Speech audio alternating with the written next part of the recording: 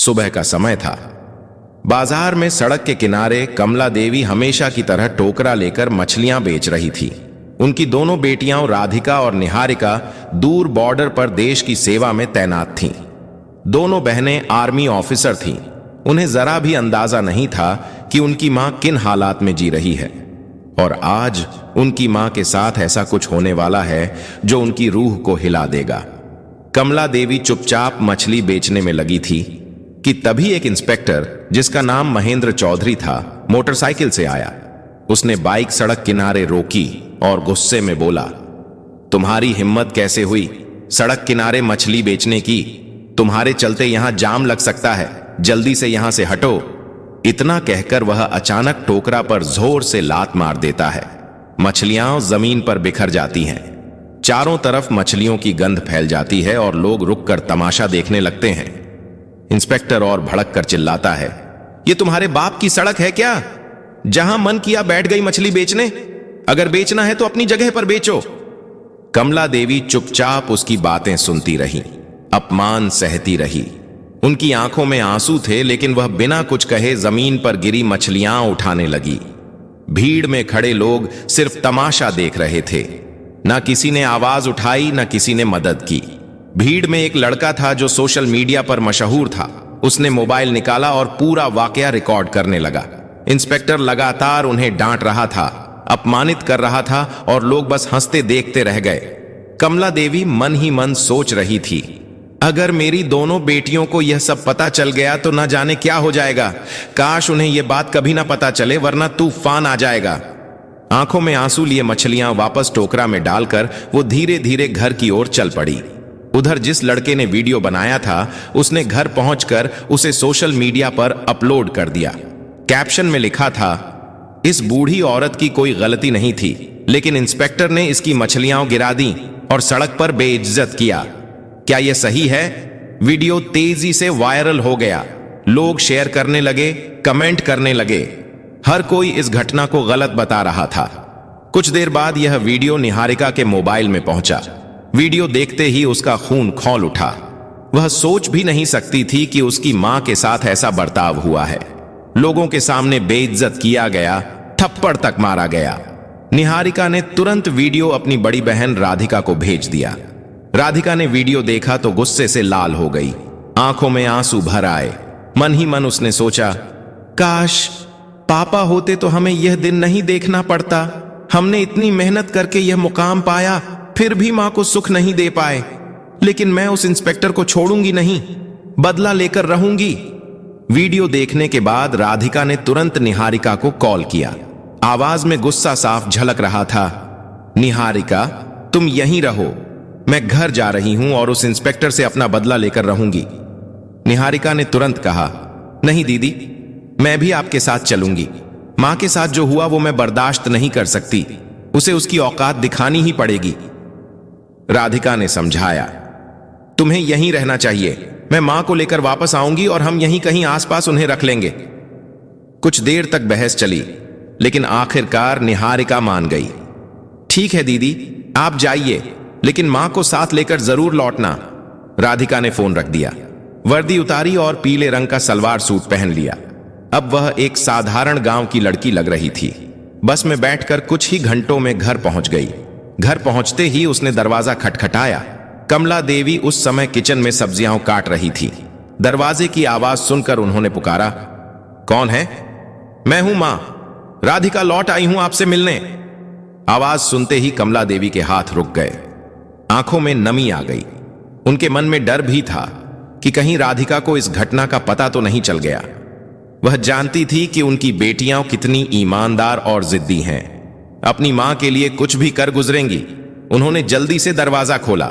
सामने खड़ी बेटी को देखते ही मां बेटी गले लग गई, जैसे सालों की दूरी एक पल में मिट गई हो। कमला देवी ने पूछा, बेटी, निहारिका कहां है? वह नहीं आई? राधिका ने जवाब दिया, नहीं मां, मैंने उसे मना कर दिया था। बहुत जिद कर रही थी, लेकिन मैंने साथ नहीं लाया। अच्छा, पहले अंदर तो आओ। राधिका किचन में गई और सब्जियां देखकर बोली, मां आप बैठिए, खाना मैं बना देती हूं। थोड़ी देर में खाना बनकर तैयार हो गया। मां बेटी ने साथ बैठकर खाना खाया और फिर बातें शुरू हुई। राधिका ने सीधा सवाल किया, मां, आपके साथ जो हुआ, आपने मुझे क्यों नहीं बताया? यह बहुत गलत है। मैं उस इंस्पेक्टर को सस्पेंड करवा कर ही मानूंगी। उसने कानून के खिलाफ किया है और मैं उसे दिखाऊंगी कि कानून की ताकत क्या होती है। कमला देवी ने डरते डरते कहा, बेटा छोड़ो, पुलिस वाले हैं, क्या हो गया अगर उसने ऐसी बातें कर दी? जाने दो। राधिका ने सख्ती से कहा, नहीं मां, आप चुप रहिए, मैं जानती हूं मुझे क्या करना है। उसने जो किया उसकी सजा उसे जरूर मिलेगी। इतना कहकर राधिका ने लाल रंग की साड़ी पहनी, साधारण गांव की लड़की की तरह तैयार हुई और सीधे थाने की ओर निकल पड़ी। यह वही थाना था जहां इंस्पेक्टर महेंद्र चौधरी तैनात था। थाने पहुंचकर उसने देखा महेंद्र वहां मौजूद नहीं था। केवल 2 हवलदार और एसएचओ राहुल यादव वहां बैठे थे। राधिका सीधे एसएचओ राहुल यादव के पास गई और बोली, मुझे इंस्पेक्टर महेंद्र चौधरी के खिलाफ रिपोर्ट दर्ज करवानी है। उन्होंने मेरी मां के साथ सड़क पर बदतमीजी की, मछलियों की टोकरी गिरा दी, थप्पड़ मारा और लोगों के सामने अपमानित किया। मैं चाहती हूं कि उनके खिलाफ सख्त कार्रवाई हो। राहुल यादव चौंक कर बोला, क्या इंस्पेक्टर महेंद्र चौधरी के खिलाफ रिपोर्ट? और तुम कौन होती हो रिपोर्ट लिखवाने वाली? क्या तुम उस बूढ़ी औरत की बेटी हो? तुम्हें लगता है कि मैं अपने इंस्पेक्टर के खिलाफ रिपोर्ट दर्ज कर लूंगा? उन्होंने कोई गलत नहीं किया, और अगर थप्पड़ मार भी दिया तो क्या हुआ? वह सड़क पर मछली बेच रही थी, गलत तो वही थी। राधिका की आंखों में गुस्सा भड़क उठा। देखिए, हमें कानून मत सिखाइए। हमने कानून पढ़ा है और अच्छी तरह जानते हैं कि इसमें क्या लिखा है। मैं उसी कानून की मदद से उसे सजा दिलवाऊंगी। अगर आपने रिपोर्ट नहीं लिखी तो मैं आपके खिलाफ भी एक्शन लूंगी। राहुल यादव हैरान रह गया। यह साधारण सी गांव की लड़की इतनी आत्मविश्वास से और बिना डरे बात कर रही थी जैसे कोई बड़ी ताकत उसके पीछे हो। वह बोला, तुम कौन हो और तुम्हारी इतनी औकात कि हमें सस्पेंड करवाओगी? हम चाहें तो अभी तुम्हें अंदर करवा सकते हैं। राधिका ने बिना कुछ कहे अपना सरकारी आईडी कार्ड मेज पर रख दिया। आईडी देखते ही राहुल यादव की आंखें फटी रह गई। घबराते हुए बोला, आप आर्मी ऑफिसर हैं? सॉरी मैडम, बताइए क्या करना होगा? राधिका ने सख्त लहजे में कहा, इस थाने की हालत खराब है। यहां न्याय नाम की कोई चीज नहीं है। सॉरी से कुछ नहीं होगा। अब मैं डायरेक्ट आपके खिलाफ और आपके इंस्पेक्टर के खिलाफ कार्रवाई करवाऊंगी। इतना कहते ही थाने का दरवाजा खुला और इंस्पेक्टर महेंद्र चौधरी अंदर आया। लड़की को देखकर उसने हल्की मुस्कान के साथ पूछा, क्या बात है? क्या करने आई हो? वह सीधे राधिका के सामने खड़ा हो गया। राधिका के मन में गुस्से का तूफान था। अगर वह कानून की इज्जत ना करती तो उसी वक्त उसे तमाचा जड़ देती, लेकिन वह कानून की रक्षक थी, इसीलिए सिर्फ बोली, याद रखना, मैं तुम्हें सस्पेंड करवा कर रहूंगी। तुम्हें कानून में रहने का कोई हक नहीं। मेरे शब्द तुम्हारे लिए बहुत भारी पड़ेंगे। इतना कहकर राधिका थाने से निकल गई। अंदर खड़े सिपाही राहुल यादव और खुद इंस्पेक्टर महेंद्र भी सोच में पड़ गए। क्या यह लड़की सच में एक्शन लेगी? राधिका घर लौटी, कुछ देर सोचती रही, फिर एक प्लान दिमाग में आया। अगली सुबह वह सीधे एसपी ऑफिस पहुंची। ऑफिस में एसपी मैडम प्रिया गुप्ता बैठी थी। राधिका ने बिना वक्त गवाए अपना मोबाइल निकाला और उन्हें वायरल वीडियो दिखा दिया। मैडम, मैं इंस्पेक्टर महेंद्र के खिलाफ सख्त कार्रवाई चाहती हूं, प्रिया गुप्ता ने गंभीर लहजे में कहा। मैडम राधिका, मुझे पता है आप आर्मी ऑफिसर हैं, लेकिन हमें कानून, सबूत और गवाह चाहिए। जब तक आप ठोस सबूत और गवाह लेकर नहीं आती तब तक कार्रवाई संभव नहीं है। राधिका ने हामी भरी और निकल पड़ी। घर आकर उसने उस सोशल मीडिया अकाउंट की जांच शुरू की जिससे वीडियो पोस्ट हुआ था। कुछ ही घंटों में उसे वह लड़का मिल गया जिसने यह वीडियो बनाया था। वह उसके घर गई और बोली, तुमने यह वीडियो अपनी आंखों के सामने रिकॉर्ड किया है, मुझे इसका ओरिजिनल वर्जन चाहिए और तुम्हें गवाह बनना होगा। लड़का पहले तो घबराया, फिर मान गया और उसे बिना एडिट का वीडियो दे दिया। राधिका ने उसे साथ लिया और दोबारा ईएसपी ऑफिस पहुंची। प्रिया गुप्ता ने सबूत देखे, फिर सीधे डीएम विक्रम को फोन लगाया। डीएम ने वीडियो देखा और भड़क उठे। यह इंस्पेक्टर ने बहुत गलत किया है और कानून के खिलाफ किया है, इसे सजा मिलेगी। अगले ही दिन डीएम ने जिले के सबसे बड़े ऑफिस में प्रेस मीटिंग बुला ली। सुबह के ठीक 11 बजे जिला मुख्यालय के बड़े कॉन्फ्रेंस हॉल में डीएम विक्रम की प्रेस मीटिंग शुरू होने वाली थी। हॉल के बाहर मीडिया की गाड़ियां कतार में खड़ी थीं। हर बड़े अखबार और न्यूज चैनल के रिपोर्टर कैमरा लेकर अंदर जाने की तैयारी में थे। हॉल के अंदर मंच पर 4 कुर्सियां लगी थीं। बीच में डीएम विक्रम, दाईं ओर एएसपी प्रिया गुप्ता और बाईं ओर 2 खाली कुर्सियां जिन पर अभी किसी को बैठना नहीं था। सामने पत्रकारों की लंबी पंक्ति थी। डीएम ने टेबल पर रखी घंटी बजाई और कहा, सभी पत्रकार गण बैठ जाएं, मीटिंग शुरू करते हैं। पूरा हॉल शांत हो गया। कैमरे चालू हो गए। डीएम ने गंभीर लहजे में बोलना शुरू किया। कल सोशल मीडिया पर एक वीडियो वायरल हुआ जिसमें एक पुलिस इंस्पेक्टर ने एक बुजुर्ग महिला के साथ सड़क पर दुर्व्यवहार किया, मछलियों की टोकरी गिराई, थप्पड़ मारा और सार्वजनिक रूप से अपमानित किया। यह न केवल नैतिकता के खिलाफ है बल्कि हमारे कानून और पुलिस आचार संहिता के भी खिलाफ है। पत्रकारों के कैमरे एकदम क्लिक क्लिक करने लगे। डीएम ने आगे कहा, हमारे पास पीड़ित पक्ष से ठोस सबूत और प्रत्यक्षदर्शी गवाह मौजूद है। सबूत के तौर पर हमारे पास बिना एडिट का वीडियो फुटेज है जो घटना के समय वहीं मौजूद एक युवक ने रिकॉर्ड किया। गवाह भी यहां मौजूद है और बयान देने को तैयार है। इतना कहते ही राधिका मंच पर आई और मीडिया की ओर मुंह करके बोली, मैं राधिका इंडियन आर्मी में कैप्टन हूं और यह पीड़ित महिला मेरी मां कमला देवी हैं। पूरा हॉल सन्न रह गया। पत्रकार एक दूसरे को देखने लगे जैसे अब मामला और बड़ा हो गया हो।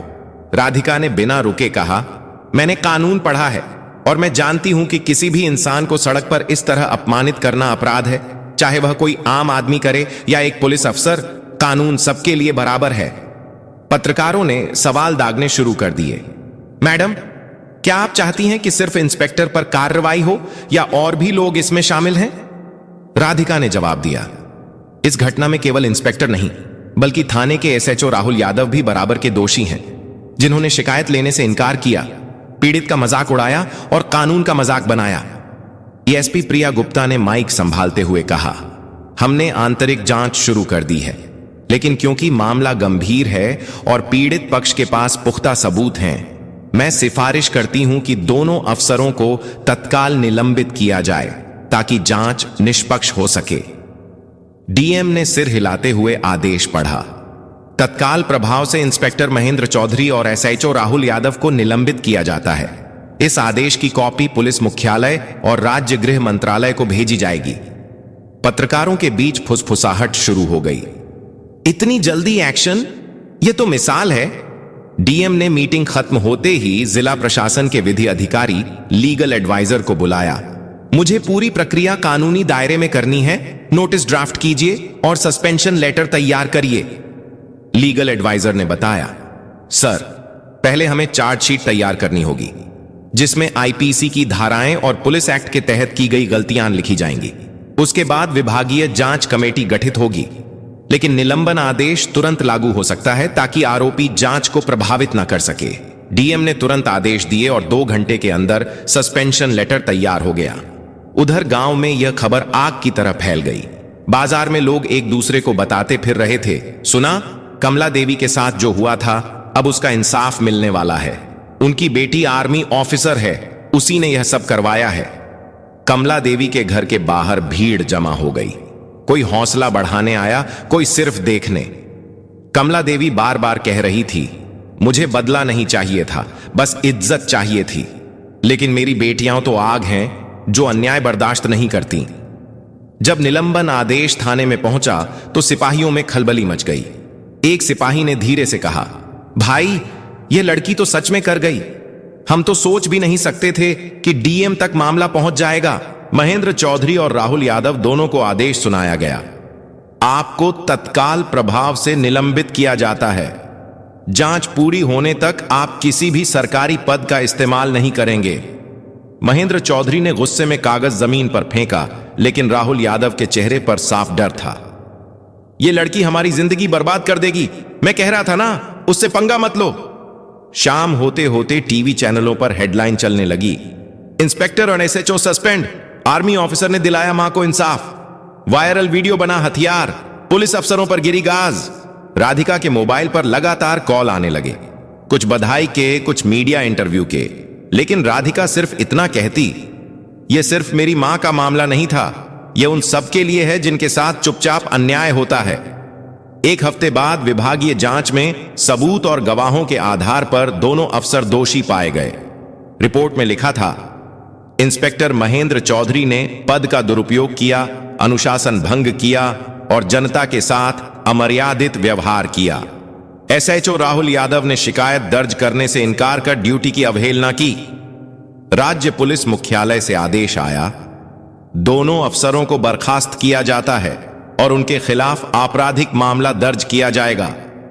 जब यह खबर कमला देवी के घर पहुंची तो राधिका ने बस इतना कहा, मां, यह जीत सिर्फ हमारी नहीं, हर उस इंसान की है जो अन्याय के खिलाफ खड़ा होता है। कमला देवी ने आंसुओं के साथ मुस्कुराकर बेटी को गले लगा लिया। तुमने सिर्फ मेरा ही नहीं, इस गांव का भी सिर ऊंचा कर दिया। दोस्तों, अगर आपको यह वीडियो पसंद आई हो तो इसे लाइक करें, अधिक से अधिक लोगों तक शेयर करें और हमारे चैनल डार्क स्टोरीज दृष्टि को सब्सक्राइब करना ना भूलें, क्योंकि हमारे चैनल पर आपको इसी तरह की ज्ञानवर्धक और रोमांचक वीडियो मिलती रहती हैं।